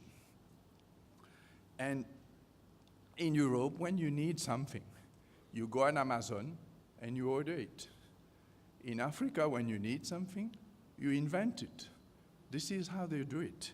If one of you had had the chance to go to Addis Ababa and go to the Mercato, and in the Mercato, the market, there is a recycle market area. Any piece of scrap metal, paper, wood is transformed into a piece of art or into a household object or a design object, and they are selling that. All the zero waste gurus of the world should, in fact, go to Mercato and to see what is being done. But what is being done in Addis is also being done in every place in Africa I have seen. And what if the traditional medicine, the traditional knowledge was turned into innovation? Last month, I was at the Singapore Africa Business Forum in Singapore. And there was this question asked, which I don't have the answer, but maybe the expert in the room will have. The continent, Kenya is #1 in the world in mobile money, M-Pesa. And 2/3 of the population of the continent do not have bank accounts. How do you finance housing, give loans, mortgages to a population that do not have a bank account? But however, this is the continent where we use mobile money 6 times more than the average citizen of any country in the world. I don't know the answer to that, but I think it's worth exploring, and I'm sure solutions will come out in a digital way, in an innovative and creative way. Housing is a huge market because Africa is urbanizing so fast. Nigeria only, they say there is a lack of reliable data, but they say it's 17 million of houses deficit. The total number of the continent would be in terms of 50, 60 million deficit. I'm not sure my numbers are correct, but this is the scale of what we are talking about. And this digital, again, opportunity will maybe have a way to invent. We will invent probably a digital, creative digital financing for housing in the world. And then when trade, infrastructure, and people will connect in the continent, we would like to look at two numbers that I probably will speak to you. One is the rise of the emerging middle class of the continent, expected to be about 300 million people, according to McKinsey. And second, the French will be very happy about that. Africa will be the biggest French-speaking continent in the world, 500 million people speaking French. But it's not about the language. It means also that the law, the business law, the Code Civil Napoleon, the agreements, the contracts, the property laws are all based on the French system. Huge market again. And where does the African cities feel and are on a global scale? I think only 5 cities are among the top 100 what Knight Frank consider according to their index in the global cities. Joburg, Cape Town, Cairo, Nairobi, I forgot the 5th one. But the criteria of what makes a global city is it's a vibrant urban living center. And you find it's a mixed-use city. It's a virtuous circle of education, lifestyle, infrastructure, technology, real estate, where people work, live, and shop and play in the same place. 3 elements seem to be the global trend worldwide. And Africa is not really different from that. One is diversity. Tech geeks, foodies, LGBT, culture vultures looking for craft beers, lawyers and bankers trying to impress their bohemian friends in the same place. Office space become creative with workers on stage, breakout areas, cafe and buffet, bohemian craft shops, designer boutiques, generating a critical mass. That's the first one, diversity. The second is less cars. Cars will not be banned, but there are about 13 cities already in the world where it's very difficult to own a car, to drive a car, or to park a car. And this, in terms of property, we will need to look at car park reconversion. And secondly, as a corollary of that, a lot of shopping malls in the periphery will have a few problems in the future. A city like Lagos or Nairobi, where you take 2 to 3 hours to travel every day, they now think it would be natural that people work and live in the same environment and closer to their place of living. So then the car become a problem. And the third element is that these recuperated area, landscape public space, where you have market, lunchtime concert, weekend events, and on-spot apps with on-spot customization, and also a lot of home delivery by e-commerce. And the best of class, of course, in that, on a global scale, London, Paris, Tokyo, New York. But a lot of other cities in the emerging world have emerged because of operating costs. Istanbul, Bangalore, Amsterdam, Berlin, all of them. And then move from that, from the cost efficiency, they move to specialized area where, they are more related with one specific activity. And then the last and fourth because it's really a competitive world. These cities have to be, they get the scale, they get the critical mass, but then they still have to be agile and adaptable and flexible, like the sumo wrestlers, sort of.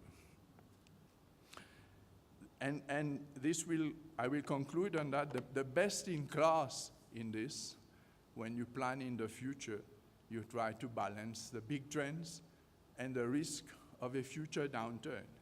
The key words, the mantra, everywhere we hear is mixed use, adaptability, flexibility. But the continuous trends we hear also is that officers are moving to new districts, people are moving in town, micro apartment, co-working, co-living, and vehicles are getting driverless. And maybe there are already drones that can carry 2-person driverless. And e-commerce, of course, doing great business, retail and logistic property in very many places in the world where people are not moving so much. In conclusion, I would say we need more bridges.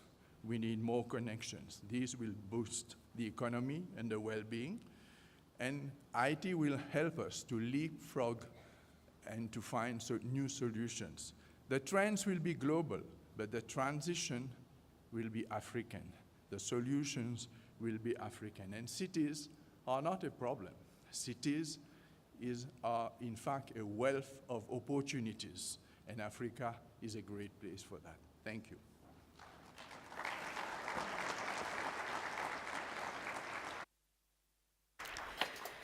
Thank you very much to Mr. Siu. Some critical information that he shared with us today, of course, being globally competitive yet locally relevant, which is quite important regarding the connections that we look to make with our international peers. Of course, he'll stay with us throughout the conference today, so if you do or would like to engage with him further, please feel free to do so, and of course, gain some insight into the presentation that he's provided us with today. But of course, following through from the conversations and themes that were highlighted by Martin today, Mr. Siu, of course, understanding the dynamics of the African continent is very tricky when we're looking at it from a macroeconomic point of view. But what happens at the coalface? When the retail centers in Zambia are under pressure, when opportunities perhaps blossoming in Morocco and Mauritius are thriving, but yet you also need to understand the dynamics as to how currency influences also impact on your tenants. That's exactly what we'll delve into in a moment with our panelists, ladies and gentlemen, speaking to the Pan-African investor and developer. This is a roundtable where we get to hear their insight, their experience, what they've learned over the last few years, and of course, key trends and elements that they are acknowledging as we move into the future. Now, this format will be a 30-minute panel discussion. It will incorporate Q&A towards the end, and it will be facilitated by Tom Mandi, who is the head of Sub-Saharan Africa Research and Market Intelligence Group for JLL. He's joined by panelists who many of you know in the room and are well-esteemed investors across the continent. Ben Kodisang, who is the founder and CEO of Alt Capital Partners, Bronwyn Corbett, the CEO of Grit Mauritius, Olaf Schmidt, who is the manager of Africa Mass Department at the IFC, and Tim Murungi, commercial director for real estate, Centum in Kenya. Ladies and gentlemen, please warmly welcome Tom as well as our panelists on stage to give us some insight into the Pan-African Investor Roundtable.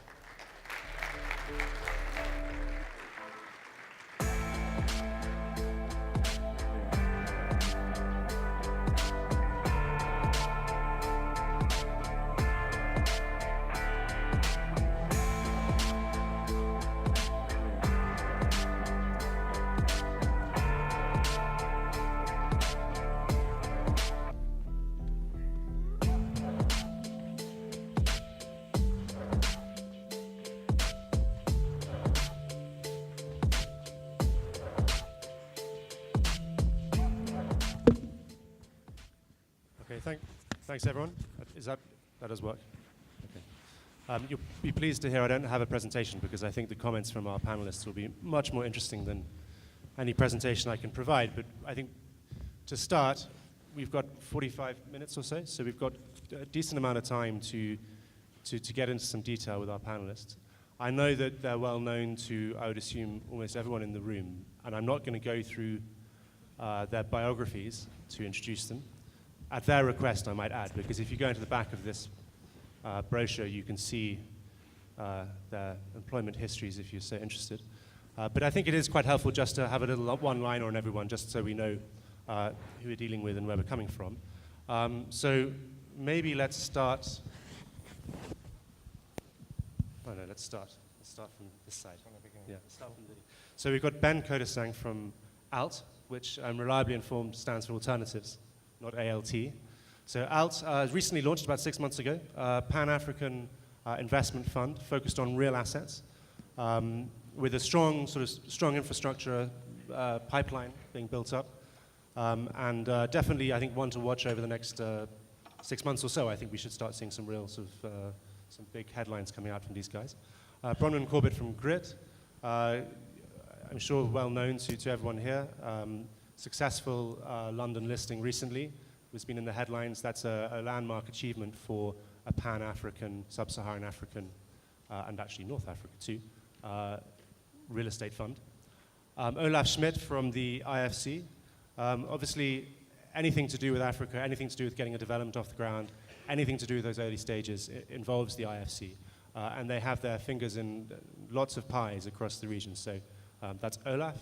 And then at the far end, Tim Marungi from Centum. And obviously, in the East African space, Two Rivers goes without saying, Vipingo as well. So lots of interesting views on retail, industrial, resi, all sorts of things going on in that market. So between them, I think we should have a really good coverage of the Sub-Saharan African and, to an extent, North African space. So I thought we would go through this 45 minutes or so by really looking at themes, because this conference is very good at having breakout groups which go into quite a lot of detail. We'll get some detail from these conversations, but I thought we would address some of the big themes that these guys are facing and challenging and experiencing in these markets. I'm going to start on the question of sentiment towards the Sub-Saharan African space. I know that's a very generic term, and perhaps we say this every year, but is there evidence, given the fact that there have been some quite successful capital raises, not just from Grit, but we've also seen the Growth Point Investec Fund as well. There's quite a lot of liquidity coming into Sub-Saharan African markets. Is there an argument to say that after a tough couple of years from 2014 through 2016, the sentiments towards Sub-Saharan Africa, not just from South Africans, but globally, is starting to change? Are we bullish enough? Should we be more bullish? I think a good point to start, actually. I mean, I'm going to start with Ben, because you obviously, you've launched a fund to do exactly that. So you must be feeling very confident about the region. Yeah, so I suppose my experience with Africa goes back about 10 years ago. So I got my baptism of fire in Nigeria. Got subsequently saved by the global financial crisis. So I guess as MD of Old Mutual Properties and later Stanlib and recently Sanlam, I've been through the yo-yo. So the yo-yo is basically described as the rising Africa narrative, which was extremely positive and resulted in a lot of inward investments in the continent. And as you rightfully pointed out, the last 3 years have been tough. And I guess a lot of us have been bruised from the experience. So as we stand right now, yeah, my general sentiment is I think the West is behind us. I think we are bottoming. And I think Malcolm, to a large extent, pointed out to the stats in terms of rentals nearly being pretty much near the bottom. And besides the green shoots in terms of peaceful government transitions, I think the Grit capital raise and most recently the Growth Point Investec capital raise as well is also positive for the continent going forward. So yeah, so I remain optimistic. Clearly the view is a long-term view, so we're looking at 2030 in terms of investment horizon. And I think we can't argue with the demand in terms of opportunities the continent presents, which are good for retail, commercial, as well as pretty much logistics. So I remain positive.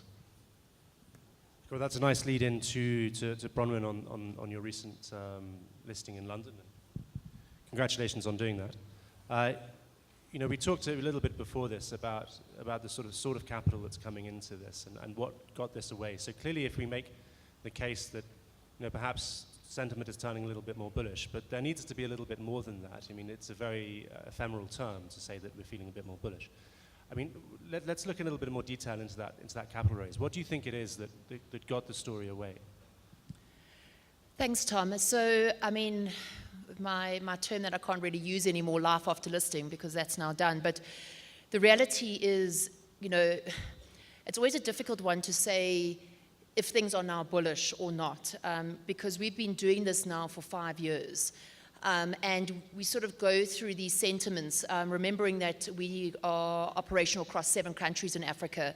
So we have a diversification between North, West, East, and SADC. So these markets are emerging market frontiers, so they go up and down.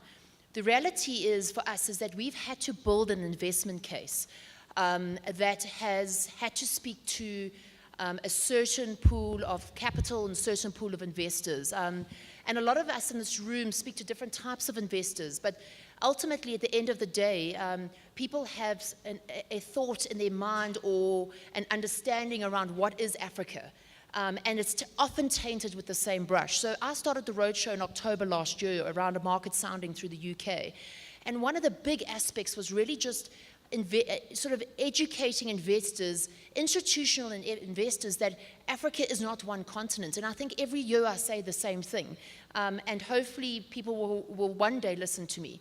But the reality is that these markets are very different, very complex. Some are more complex than others. The challenge, why I think that a Grit and a couple of others are continually swimming upstream, is that especially around real estate, because South Africa is so sophisticated from a real estate REIT perspective, you have a lot of institutions that go into Africa, a lot of real estate companies. They might do the wrong thing, they're overexposed into one jurisdiction, they then come back, and instead of looking at why they did anything wrong, they blame Africa. So you've got the big 5 boys in South Africa who are literally saying, Africa is, excuse my language, shit. Don't go out of there. We'd rather be going into Eastern Europe. We'd rather be going everywhere else. So we are always swimming upstream. And, Ben and I were saying earlier, trying to get South African institutional money into Africa is hugely problematic. So over the years, I've been knocking on these doors, I've been selling the Africa story, and the guys are just wanting to follow the big players. And it's great that Tom with the Growth Point hat now, because maybe if Growth Point starts saying it, people start believing it, because they haven't been believing it when I've been saying it. So that's fabulous. So the reality is we went into the UK and we sort of educated institutional investors. We raised specifically from those $100 million from pure UK institutions. Legal & General, M&G, Premier, Ruffer. These guys have never put money into Africa. So sort of 7 meetings later, really explaining to them that if you want growth, if you want dividend growth, if you want total return growth, and the fact that Europe is not giving it to them. So in life, I was just saying, it's not just necessarily about how good you are or how good your story is, it's about timing. The fact of where Europe is going in the UK, it was the right time to say to these guys, $20 million Legal & General, you manage $200 million, for goodness sake. Put that into alternate investment and then have the growth. I mean, UK REITs are, best performing UK REITs are performing at 4.2% div yield. We listed at 8.5% in dollars. That's double for them. So the fact of the matter, what was really exciting for us, Tom, is that we got 12 new institutional investors that had never invested in Africa before, income and total return guys. And, I'm tired of banging on the South African doors. I mean, the reality is the pension funds have been fantastic supporting us, and we will be forever indebted to them. But where South Africa's going, I think fund managers are going to have to look elsewhere, and hopefully Africa will be the place. But we brought fresh capital into Africa, and I think that for everybody in the room is a great platform for everybody else to now start leveraging off the platform that we created. So I'm really looking forward to the next chapter now. There's quite a few interesting points that come out of that, which I think we'll touch on in a little bit more detail later. And one of them specifically is which we have discussed earlier, and we'll bring it up, is this inflection point between South African capital that still rushes into Central and Eastern Europe, and it's an area quite close to my heart. We do the numbers, and we've seen $14 billion of South African real estate capital going into Central and Eastern Europe in the last 5 years. So when we look at the numbers that we're talking about for sub-Saharan Africa, it is a fraction. It is a fraction of the money that's leaving this. So whether or not we have some kind of, South Africa has some kind of moral or ethical obligation to de-risk the volatility in sub-Saharan Africa is perhaps a question for later. But at the moment, it's definitely not the case that that is happening. I mean, it is interesting that it is European capital that is doing that. So Olaf, perhaps from the IFC's point of view, because you're a global organization, but you do de-risk things in sub-Saharan Africa. You are the guys who get in right in the early stages. And there are a number of people in this room and a couple of the sponsors back behind us here who have benefited from that. And how do you see this trend playing out? Do you think we're in an environment where we should just, I don't know, let's forget about the South Africans. Let's let South Africans invest in Montenegro, and let's let the Europeans worry about Africa. How do you feel about that? Very good, thank you so much, Tom. If I go on record and say that's how we see the world, I will be fired leaving this room. Well, you said you wanted to do something controversial. No, very good. No, I mean, clearly, I think what I really liked about Martin's intervention this morning is, I mean, kind of there's one predictable element in Africa, and it is that it's unpredictable as you go through the continent, because Africa, of course, is not one. And so we see really these cycles depending on which country and how much dependency on minerals you have, etc. So I think for us, I mean, we have a long-term view. I mean, it's also our mandate. But more fundamentally, I think the growth opportunity on the continent for us remains very real. And actually what we will see is rather an increase in our engagement than a decrease. I mean, we have a very clear mandate that there is one continent on the planet where we want to play a bigger role, and it's Sub-Saharan Africa. We just had, as IFC, as you might or might not know, a very significant capital increase, and it went along the promise kind of to engage even more on the continent.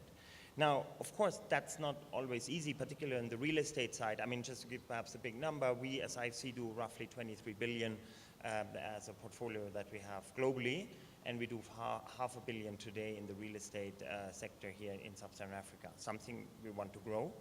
The question is a bit, and we had a good discussion actually before with the panel, it's kind of the diversification angle, right? I mean, if you overexpose, and I think that's perhaps something we have seen with some of the South African investors, right, that they would focus perhaps too much on one or two markets, like Nigeria, of course, which went through very difficult times with the macro crisis, as we all know, who are exposed there. But I think the story in Africa is more nuanced. So there are countries, while Nigeria went through these very challenging times, that you have real opportunities, I think, to make also good investments and counterbalance, right? So Kenya comes to mind. Ghana had good growth. Cote d'Ivoire, I think, is promising. I mean, Martin was saying the French-speaking was, kind of which are a little bit sometimes not put on the front page, but I think are very promising. So therefore, from our standpoint of view, I think if you have the long-term perspective, the business infrastructure that we need to create on the continent is very clear the need. And I think what we need to do is, and you were hinting to it, Tom, I think, is to not just do traditional, financing, but also look now at new ways. I mean, listings, right? I mean, that's of course very encouraging. I mean, we just, with our friends from Arab Growth Point, went through the first closing here for Pan-African vehicle, which that's what we also need, right? And leverage more the pension funds to invest money as we go through the continent and invest. So I think that's really, in a nutshell, perhaps to get us started, and I think asset class is perhaps the other word where we can delve in a little bit more later, where I think it's interesting to have a closer look and where are the opportunities which setting. Can I'll follow up on one thing? I mean, the volatility question is for the next set of questions, but I think in light of the capital raises that we've seen recently, and I touched on it earlier, is there too much capital? I know it's a very small amount in global terms. I mean, it is really, if you're sticking $20–30 million into a capital raise in European terms with a huge amount of liquidity. I mean, there's about $60 billion of private equity capital for real estate that has yet to be deployed globally. Yeah. I mean, huge numbers. $20 or $30 million doesn't move the dial, but it's meaningful in our region. Are there enough assets coming to the market? We've seen ALP, for example, in Kenya, putting assets to the market, good quality industrial assets. There's plenty of demand for it. It's got the right backers, but there's not very much of it, right? Yeah. You know, It's a how do you very- get around that? Yeah, no, I think that's really a very key question, and I think it has to do with, it goes back actually to education. You have to look at the whole value chain and also see how do you bring the right track record into the region, right? So if in certain countries it's not there, how do we partner, and actually quite a few of those who know how to do it sit in this room, how do we partner with the right kind of counterparts to really bring that expertise in the country? Because that's one of the challenges, right? I mean, many of our projects do see cost overrun, budget delay, right? And it often has to do with unexperienced, right, developer skill. And that's something we try to also encourage and actually work on with training programs, etc. Okay, so I'm going to do that awful thing of going down the line asking questions, but I do want to talk to Tim about that, because I think we're talking about putting product into the market, and I, you know, if you want a reflection of ambition, it's what Centum do in the retail space in Nairobi, and they do it. And I said, I think we can be provocative because we all know the assets, right? If we look at Two Rivers, it's an ambitious project, right? It definitely taps into a lot of the themes in Kenya.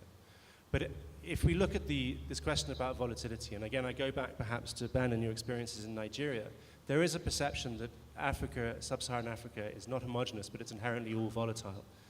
Obviously, it is in Nigeria, and people can struggle there. But in Kenya, it's actually a bit different because the economy is actually, it's not that volatile. You know, not really. You've had issues with electoral cycles.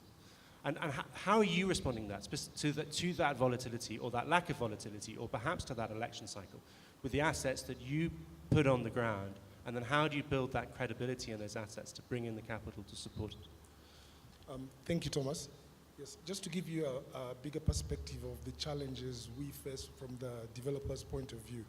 I mean, if you consider the PE activity in Africa was about 27 billion over the 5 years, of which East Africa probably only takes about 2.7 billion of that, and Kenyan economy is taking about 49% of that over the period.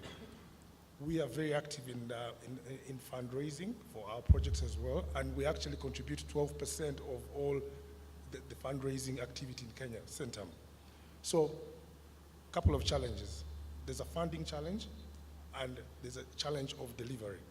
So, we've kind of structured it in such a way that for Two Rivers most especially, the kind of capital that was required to deliver this asset, I mean, the asset is in the region of about $200 million.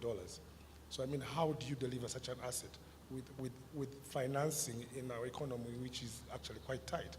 So, we look at two ways. We kind of raise equity capital in the external markets.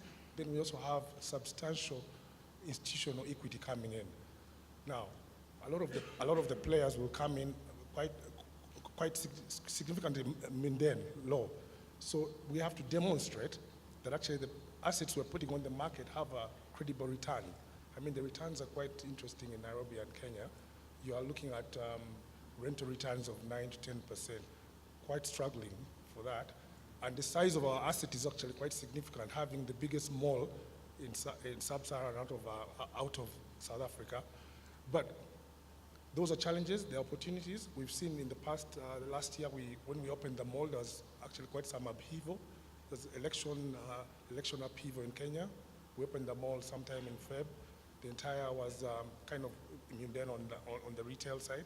But today, we can proudly say that we have occupancy levels 70 to 80%. We're filling the mall.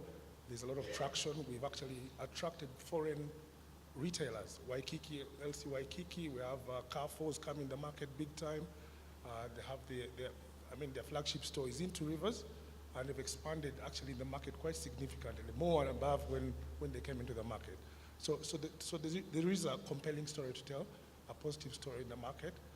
The next 5 years will be very interesting.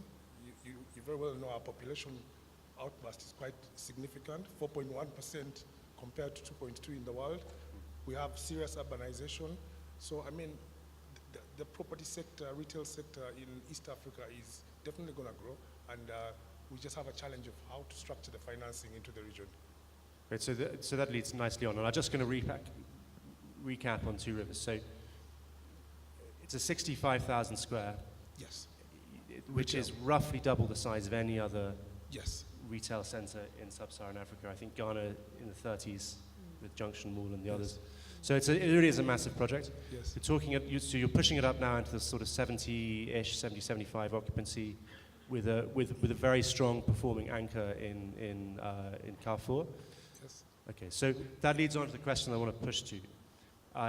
Is this concept of urbanization and how that impacts the way that we look at assets and the way that assets perform. So there's a UN number out, which is that between now and 2035, the 10 fastest growing cities in the world are going to be African. Now, I'm not a fan of just saying that demographics per se are good for real estate. I think Lagos proves quite clearly that that's not true. But nonetheless, there's clearly going to be a story around consumption. And so my question is, I guess, how does real estate adapt and develop around that? If we take the retail experience in Kenya, do you feel yourself sort of pushing ahead of the curve? Is the answer going to be more of these massive malls? Is it going to be more of 10,000 square retail centers? Do you think we're going to see more of those? What's happening in logistics specifically? I mean, is it a Kenyan story? Is it an East African story? Where do we see the response to this urbanization story in real estate? And I think we'll stick with you, Tim, since you're on that theme.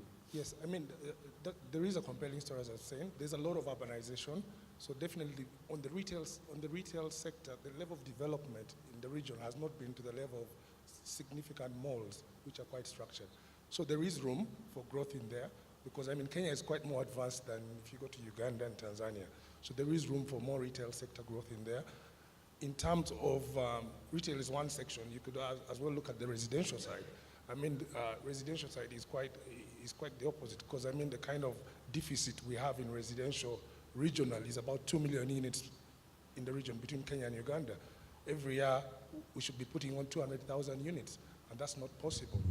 And if you look at what the governments are doing, they're very proactive in that sector. The Big Four agenda in Kenya is big on social housing, their tax rebates, so there are great opportunities even just for investors to come and enter these sectors. I'm just going to go to Ben, because on this point about sort of social obligation and responsibility, so you set up your fund or your investment boutique on the basis, I believe, that there should be some kind of societal impact. Obviously, with OLAF, that's a key point for the IFC. I mean, it's a good story, but is it commercial? Yeah, very good question. Let me touch on a few relevant points, if you don't mind, in getting to your point. So I guess I'm sitting with the observation that capital and opportunity are misaligned. And clearly the evolution or revolution then is to correct that in some way. So what do I mean? So we touched on, I suppose, South African capital and its adversity to invest in a capital despite the regulatory enablement that have actually been provided through Regulation 28. So if you look at South Africa and how investors have generally allocated money, so about 97% of the 6 trillion South African market is pretty much in the listed sector. And if you go back to what Martin was saying, which I suppose I do believe in, to say that most of the continent needs a bit of structural reform as a catalyst to get to where we need to get to. So if you buy the story that urbanization will drive economic growth, and we've seen it in South Africa over the last, say, 24 years, and the current note that we've been on being a case in point, where South Africa has moved from, say, 30% pre-94 to around about 70% urbanization. So urbanization, I'll argue, is a key trend that will drive economic growth and development. So the way that we look at it then within an old capital is to say, what problems are we trying to address in the continent? And a lot of it are around food security.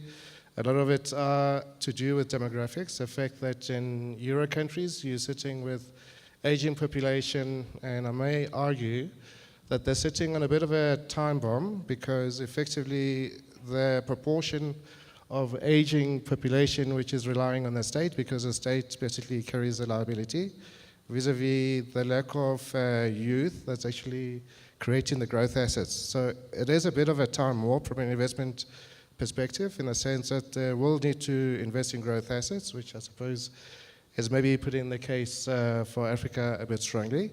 But again, it is about patient capital, because then you are effectively investing for the long term. So the big debate is I suppose, is there a dislocation between the needs of capital and the societal, I suppose, needs in terms of addressing the climate issues, in terms of less emissions, or making your buildings green?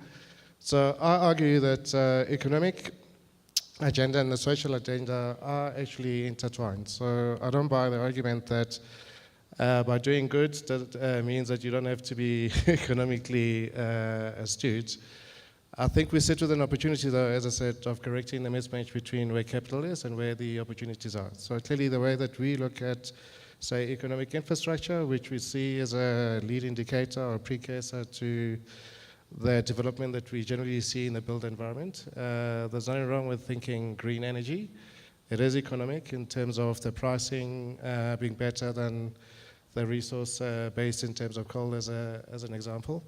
And I think one thing that we haven't touched on is how do we leverage technology in terms of the fourth industrial revolution, in terms of getting Africa to catch up and actually leapfrog the Africa Rising narrative that we're talking about. So all these things I see as key enablement to get Africa to being basically top of mind. And again, I don't see a dislocation that by doing good, you don't have to be economically astute. Okay, I'm going to go to Olaf, because I know he's got a point on that, and then I'll go to Bronwyn. Olaf, you agree? I mean, Yeah. it's your ethos, right? So, That's right. That's right. It was really one of the points I wanted to make, which is, I mean, when we look at the urbanization that you're saying, and even the previous speaker was making the point about how can you make cities more sustainable. So I think one of the key themes that we will see develop is around how do we really get more energy efficient in what we do in our cities. And that includes buildings, right? I mean, buildings, don't forget, contribute to 20% of CO2 globally. So we have to address this. Now, as you see behind me, I mean, we are really into it with EDGE, which is our green building certification tool. But what is interesting is many of you might know, I mean, there are many tools how you can bring this down. But the question is, how can you democratize it? How can we make it so cheap for everybody to do it and bring down costs? Because that's the real financial incentive for any developer to say, actually, if I can bring down my building material cost 20%, if I can bring down my consumption 20%, be it energy, water, that really makes a difference. And that's what we see on the continent as one of the key things. I will make a little parenthesis pitch, which is tomorrow morning we run a workshop with my colleagues on this subject for anybody interested in.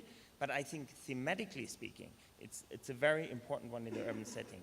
The second point I would want to make on this aspect is really around affordable housing. I mean, we see it as one of the key, how can I say, gaps, and Ben was mentioning, I mean, it's so evident in all of the countries, right? So, but it's one of the hardest nuts to crack, because you need to go in with a different risk profile. The de-risking is harder than if you just build a hotel, right? And there is your single standing asset, as opposed to a very complex 10,000 affordable housing units where you need to do cross-subsidization because you just will not be able otherwise to offer them for $20,000 a house or an apartment. So I think that's where we now see a whole new debate going, at least we at the World Bank, where you need to fix the mortgage side, right? Which, I mean, when you see the numbers, they are dismissal, right? In Kenya, I think it's like 40,000 mortgages a year. I mean, that's just, they are missing a few zeros, right? In the beginning, you think it's a reading error. But so we need to work really there at the, I would say, cluster level together to find solutions to the land titling, right? Huge barrier in that context, and find a solution on the supply and demand side. I think we have now new tools to de-risk. So we just came back from this development finance conference in Kigali last week, where all the big decision makers kind of came together and think, how can we address affordable housing? Was one of the key themes. And that's, so therefore I think it's our ethos, but at the same time I see it as a huge opportunity if we can create a few success cases where we really show that sustainably it's possible, financially sustainable it's possible, and I think we will see more and more of those coming. Okay, so you're in a good spot where you can afford to take that view. You're taking a long-term view where perhaps your IRRs, you have a little bit more flexibility. You don't have to distribute income. I hope I so don't it's have a nice to spot disclose. to be in. No. But it's true, right? I mean, it's not a listed fund. It's not. So if you're sitting where Grit are, and you have to make those decisions about what's going to happen in the African continent in 5 to 10 years, there is clearly a disconnect between what we call the local solutions to local problems. You know, if you take the Grit example, where your selling point, if I'm not wrong, is that you have dollarized leases for the majority of the assets that you own. Often you have umbrella companies with offshore guarantees. You may even be getting paid offshore. It's obviously, that's an exciting prospect for an investor. In 5 to 10 years, you know, that could well change. You know, we could have tenants or leases with local companies which are worth more. You know, they should trade at less of a discount, or less of a, however you build your discount rate, but narrower than the leases you have currently. To the point about local capital, should there be more of a role from local pension funds? It's something that I bang on about all the time. Kenya is a very, very good example of this. There is a massive overweight of investment in direct property in Kenya. There's practically nothing in the listed space. Nigeria is the same. Operating assets and owning assets in these spaces, how do you respond to this question about local solutions? We can't go on forever expecting to say, well, we're just going to have a Schlumberger lease and everything's going to be fine. How do you respond? I'm chuckling because it's the story of my life, really trying to look at the importance, and a lot of you will hear me use the word counterparty. And then when I went to the UK, they were like, what the hell is counterparty? And I was like, strength of tenant, strength of tenant. The reality is that these UK sort of traditional investors are buying into Grit for a couple of things. And this is the challenge, and it will be the challenge over time. They're buying in because we collect 97% of our revenue streams in euros and dollars. We've got long-term leases, there's international tenants, corporates. How sustainable that is becomes the challenge. And it goes to a couple of things. One is looking at each of these countries and looking at the underlying currencies becomes so critical. So, you know, Mauritius, a lot of you will know we actually are based in Mauritius and we do a lot of investment there. The rupee is the best performing currency against the dollar across Africa. For us to secure rupee leases is relatively, you know, it makes sense for us. Going into Botswana and looking at the Pula, the challenge is that, you know, if we had our portfolio in Mozambique and we were in Mets when we bought 4 years ago and we look what happened to the Mets, the challenge is, the fact is that when you have these local currency challenges, if you don't, and from an international investor risk profile perspective, if you aren't able to access hard currency revenue streams, it becomes hugely problematic. Now, what does that mean for Grit going forward, and what does that mean for business in Africa going forward? I think there will come a time that, you know, these international corporates that transact in dollars with a lot of the governments, we can sustain those leases, but things like retail are massively under challenge at the moment. And Tom, you brought up this sort of 65,000, 75,000 square meter retail, and it terrifies me. You know, the fact of the matter is, to asset manage the stuff and to still have the impact of what these local currencies are doing, I wonder if in my lifetime we will see it resolved, to be honest. You know, the fact of the matter is that where you have this local currency, and if these markets are unstable, the underlying real estate is going to be impacted. Now, it's fine for the local pension funds and local investments and local investment managers. The fact is, if you're attracting international capital and you've seen this massive devaluation, it then becomes an issue. So for me, it's around setting up unique products for Africa and attracting specific investment to those products. I mean, you spoke about affordable housing. You're not going to see a UK M&G investor come and put money into affordable housing. But there is a pool of capital and there is a dire need for it. And there is structured funding that can be done for it. So it's not about mixing it all up. It's about creating these special vehicles that attract certain pools of money. And then also just being able to have some good news African stories. One of our biggest challenges with listing in London is that the last 5 stocks that listed, African stocks that listed in the UK, and dare I mention the Atlas Maras and a couple of the others, have had a dire time. And you know, these are not great stories. And the fact of the matter is that Africa has to attract international capital. So whether it comes through the DFIs, whether it comes through being listed, whether it comes through private equity, you know, we have to create these platforms that these guys have the ability to access. So the grit investment strategy has to be very clear. And I think we've been quite ruthless in relation to maintaining the hard currency, maintaining the revenue streams, because that is actually what we've sold to investors. So I do think it's sustainable. I think in a specific environment, I think you can't force it down the throat of every asset and every tenant. I think what happened is a lot of people, including ourselves, went into Africa, and you got guys that actually aren't transacting in euros or dollars to sign euros and dollars leases. That's when the whole bubble burst, ultimately. So for us, having a multi-geography, having their presence, looking at peg currencies, Ivory Coast, Senegal, Morocco, these are very interesting markets. We actually really like Francophone Africa. Yes, it's more complex, but they do have traditionally more stable currencies to the euros and dollars. So the multi-geography approach, having the ability to do that for me is paramount. You know, we have a soft investment strategy. We don't want to be more than 25% exposed to one geography. And the reality is that for us, it's a sound approach. Yes, you need a bloody army to manage this stuff, and you need a whole lot of partners and relationships, which are absolutely key. But, you know, I worry when I see everybody competing and piling in after the same portfolio into the countries, you know, and it goes in cycles. You know, we saw it in Ghana, then everybody was out, now everybody's back in. And all that's going to happen is we're all going to have our fingers burnt, and we're all going to come back to South Africa, wherever we live, or UK, Mauritius, and say, you know, oh no, you know, what happened now? I think there definitely is a question of cyclicality and really expansive fiscal policies in a lot of the countries that we operate in. I wonder whether or not, you know, we should be doing more to work with government bodies to try to take that volatility out. And the currency is the quickest and most efficient way to transfer that volatility into the real world, into real assets. I've been told we got our 5 minutes, so maybe. Sure, go for it. Using local assets. I just want to share with you the, I suppose, process of trying to use local money. So we were actively involved, I suppose, in the process of setting up the Farai REIT in Kenya, which was the first REIT.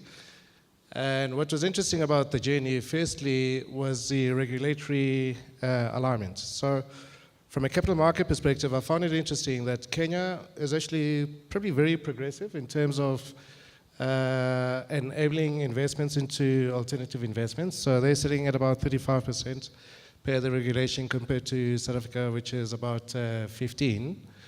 But the misnomer is that when you look at how money is invested, a huge proportion of it is actually in money market. So you could argue that Kenyans are very risk averse, or there's a lack of trust, I guess, in terms of risk assets.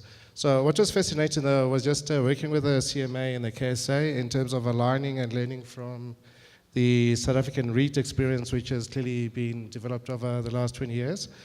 I was quite encouraged in terms of basically those bridges being opened. And the other thing was the psyche that I suppose that we all need to get used to. So what I found fascinating is, as a sponsor to the Farai REIT, being Liberty/Stanlib, the view of the other asset managers, even though it was a listed instrument, it was viewed as we cannot throw money to supporting a competitor. They did not look at it in terms of basically an independent REIT which basically could fulfill the investment needs. So as a consequence, then, the capital raise was actually more retail money as opposed to institutional. And I think there's basically a lesson there in terms of how can we change attitude of local investors to deepen the markets, because clearly the challenge is that the markets are quite shallow, and to move them to becoming deep and being more liquid requires collaboration within the different players. Right, I've been told we've got a few more minutes before we have to wrap up. So maybe if you've got one last response there from you, Ben. Yes, thank you. Just touching back on social housing and affordable housing. Well, if you look at what I think Kenya has done, it's quite an interesting story, because a lot of funders find it challenging for developers to enter that market. I mean, you're looking at a market of about, you're talking about $4,000, $5,000 properties, yeah? 70 square meters or something like that. So what the government actually has set out for us developers in Kenya is actually to provide us with off-take agreements. So the entire civil service will have an off-take arrangement with the government. So the government will actually provide mortgages for them. So on the developer side, the risk will be that the government will give you a subsidy for all the entire infrastructure, be it on your land or on the government land. So actually for the funders, I think there's a compelling story for you to look at the documents. There is an investment opportunity for people who actually haven't looked at that affordable housing scheme in Kenya. And I think it's going to be rolled out to Uganda as well on similar terms as well. I think IMF and World Bank are involved in that. Excellent, thanks. I think we probably should wrap up. We agreed that we would do like a quick-fire response to a couple of words that we've thrown out which seem relevant in the markets in which we operate in. So I'm going to give you a word, and I just want you to give one word in reply to the word that I've given you. So I might say, I don't know, Theresa May, and you might say dancing or something. So let's start with an uncontroversial one and say China. So Ben? Growing. Bronwyn? Source of Not a capital. one-word person, as you know. Aggressive. I would say opportunity. Tim? Great. Since we're in South Africa, why not? Let's say land reform. Positive. Madness. Keep the faith. Not so important in Kenya, but I mean, maybe. Amazing, just studying it. Okay, so, and also I think it is relevant, but what about Donald Trump? Disruptive. Madness again. I'm just worried for the interest rate because it impacts us here. Interest rate, okay. African dictator in the US. Okay, so question of dictatorship, actually, which came up in the presentation we had earlier from Martin. So, dictatorship. So thanks very much to the panel. I don't know if we have time for questions. I think we're going to move on because we're behind schedule. Thank you so much, ladies and gentlemen, to Tom as well as the panelists on stage, certainly giving us some of the insights, the learnings that they've experienced on the ground, and of course some opportunities that we can look out for in future. Very briefly, ladies and gentlemen, we are running over schedule slightly. However, we would like to make up time by having a brief 10-minute tea break. I know it's short, but we'll make sure that we try to keep track, as at 11 o'clock we'd like to kick off with another presentation, of course, a panel discussion. A reminder, we'd like to start promptly at 11 o'clock. Please enjoy tea and coffee and refreshments at the exhibition center.